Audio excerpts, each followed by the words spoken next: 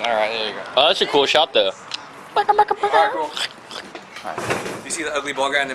No? Yeah? No? Okay. Yeah, dude. Okay, do you see Really? the ugly ball guy? Yeah, we see the ugly ball guy. I was gonna say a handsome ball guy, but then I was like, nah.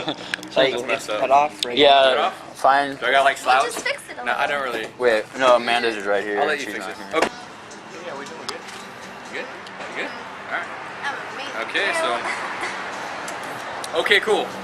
We are currently in the book of John. No, I know, 8 or 7. We are chapter 8. Like something to 30. And we are 12 to in 30. verse 12. John chapter 8, verse 12. So if you guys can grab a Bible, man. Alright, I got it. Do we have a black one or somebody using that one? I got it. Cool. Okay. So where we just left off was remember how Jesus caught the woman in adultery, right? Yeah. Or the Pharisees and teachers of the law, they caught the woman in adultery, right? Alright, because Sophia knows that one because Sophia was my actress, and so she got a free Starbucks, which is awesome. She did great. I thought she did great. You should see that's on camera, man. She has a face and it's like, ah! It's hilarious. Alright, so we talked about how there's so much to the story, honestly. We talked about how he was in the court of the women. The temple was broken down into different sections. You had, and this is the farthest to the middle. Okay, you had the court of the Gentiles. That's where all the regular people can hang, not the Jews. Everybody else can hang in the court of the Gentiles. Usually, in the court of the Gentiles is the Gentiles and also the women were allowed there. In a little bit further in were the court of the women. Further in was the court of the priests, and further in from there was the center hub, which is the Holy of Holies. Okay, so Jesus was here and he was having his Bible study. He was just pretty much, he woke up at dawn and he went out and people were gathering around him and he's about to have his Bible study. Jesus actually stands in the court of the women when he's having his Bible study, and right at that moment you have the Pharisees and the scribes, the people who are writing this stuff. You have them come in and they bring this woman who's caught in adultery and throw her in front of him. Now you got to think of how ironic that is, that here he is chilling in the court of the women and all of a sudden a woman is thrown in front of him. Like, what are you going to do with her? Yeah. The Pharisees are doing whatever they possibly can do to make Jesus look bad. They want to catch him on something, or they want to make him look bad. So here he is preaching and to openly to the women. And back in those days, the women weren't really esteemed. They were more of the lower level. It was man, and then the women, way kind of down here. But here he is preaching and teaching to these women, and all of a sudden a woman is thrown in front of him, and they're trying to catch him off guard, like, oh, we caught her, what are you going to do? So undeniably, this woman is caught red-handed, and we talked about how, she's being drugged all throughout this temple, all throughout Jerusalem, and into the place she doesn't want to go, which is the church or the temple, and thrown in front of the last person she wants to be thrown in front of, which is Jesus. So you just got caught red-handed, and now you are in front of Jesus. Now what? So they try to catch him by saying, what do you want to do with her? We talked about how he was kind of caught in this situation where any answer he could give would, probably end him up in a bad spot. If he says no, don't stone her, then he's showing himself to be contrary to the law, because the law says, yeah, you catch a person, you got to kill him. That's what the law says. So here he is. If he says no, don't do it, he's contrary. People don't believe him. If he says yes, then he doesn't look like he's a friend of the sinner. The sinner's like, wait, you said that you would save me. And now he's being, people are like, ah, see, he's just talking crap. He's not really a God of love. He's not really Jesus of love. He's just talking. Or if he said yes, do it, then he would have said yes to killing her. Then the Romans would have got him, and then they would have killed him on that basis. So it was like, what do you want to do, Jesus? Trying to catch him. But he pretty much kneeled down and he was writing, and as that time he was taking, you got to really see the true colors of these people that were all religious, right? You saw me, what are you gonna do? What are you gonna do? What are you gonna do? What are you gonna do? And everybody's looking at him like, man, look at these dudes, they're evil. These religious leaders are evil, man. Look at that. They just want to throw you under the bus and get you killed. That's not cool. There's no love there. So all these true colors are being exposed, and finally Jesus stands up and tells them, hey, cast the first stone if you're perfect and what have you.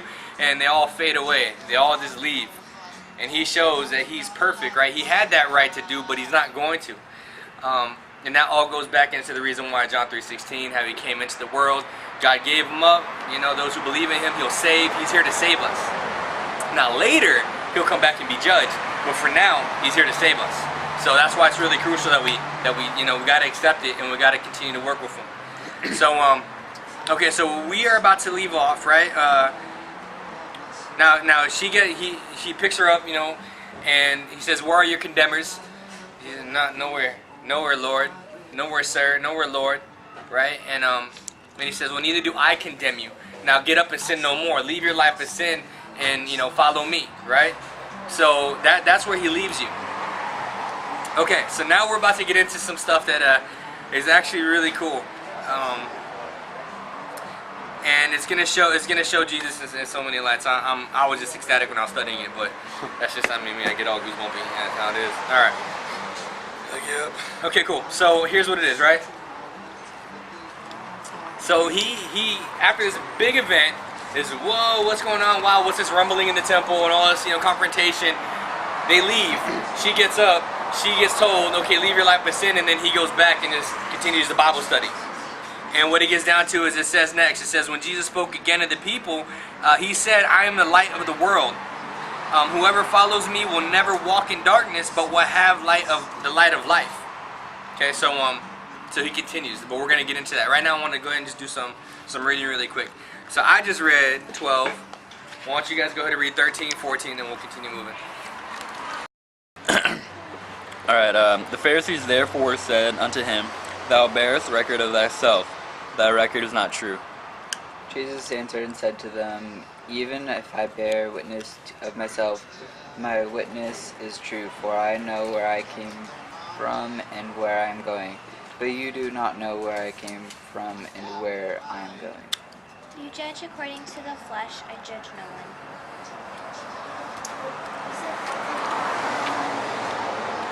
Is that? John 8:16. Yeah. Okay, so we'll let Christopher go, and then we'll go back to Sophia. And yet, if I do judge, my judgment is true, for I am not alone, but I am with the Father who sent me. Good. And then, you ready? No. All right. You guys? Okay, I shall go. In your own law, it is written that the testimony of two men is valid. I am the one who testifies for myself. My other witness is the Father who sent me. Okay, I'll just go and continue. Then they asked him, Where is your Father? You do not know me or my Father, Jesus replied. If you knew me, you would know the Father also.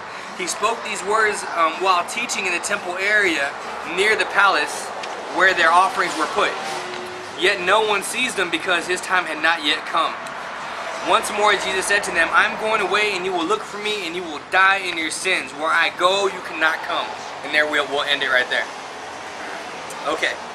So, we learned in the past that Jesus has perfect timing. Perfect timing. His timing is not a second early. It is not a second late. He finds opportunity, and he takes it, and it's always on point. That's how Jesus is. Okay. So for anybody just to pretty much turn around at the Bible study, okay, all this crazy commotion's going on, all of a sudden turns this, I'm the light of the world, you know? It's kind of like, this is nuts. Like, what is he? I'm the light of, I mean, apart from Christ, if anybody were to say, hey, I'm the light of the world, and those, you know, who follow me will never walk in darkness, I'm the light of the world, he'd probably be like, that dude's off his rocker. Charles Manson. Yeah, like, okay, he's a little bit weird, you know, maybe we'll stay away from him. But Jesus here has perfect timing. So here's what we want to know, okay? Now, right now is a night after the Feast of Tabernacles. Okay, remember how we talked about Jesus back in chapter 7, verse 37? It talked about how on the last great day of the feast, right, Jesus stood and said in a loud voice, if anyone is thirsty, let him come to me and drink. Okay, so what happened was this, they had a ceremony, and we talked about the ceremony of how the priest would take this water, go and, you know, drench it on the altar and what have you. And as this great thing is happening, everybody's remembering, oh, the Exodus. That's when, you know, Moses struck the rock and the water poured out. And that's what we'll remember. We're commemorating this moment. And Jesus at that moment, when everybody's at the high point of, oh man, yeah, we're remembering this moment. Jesus, and he cries out. He's like, I am, you know, and he continues to, if you drink of me, you'll never go there. And now they automatically know, ding, you're trying to put yourself in this position? You're saying that you're the drink? Here we are, we're celebrating God and what he's provided, and you're saying you're it? So right here, what we're about to get into was the second part of the feast. This was called the illumination.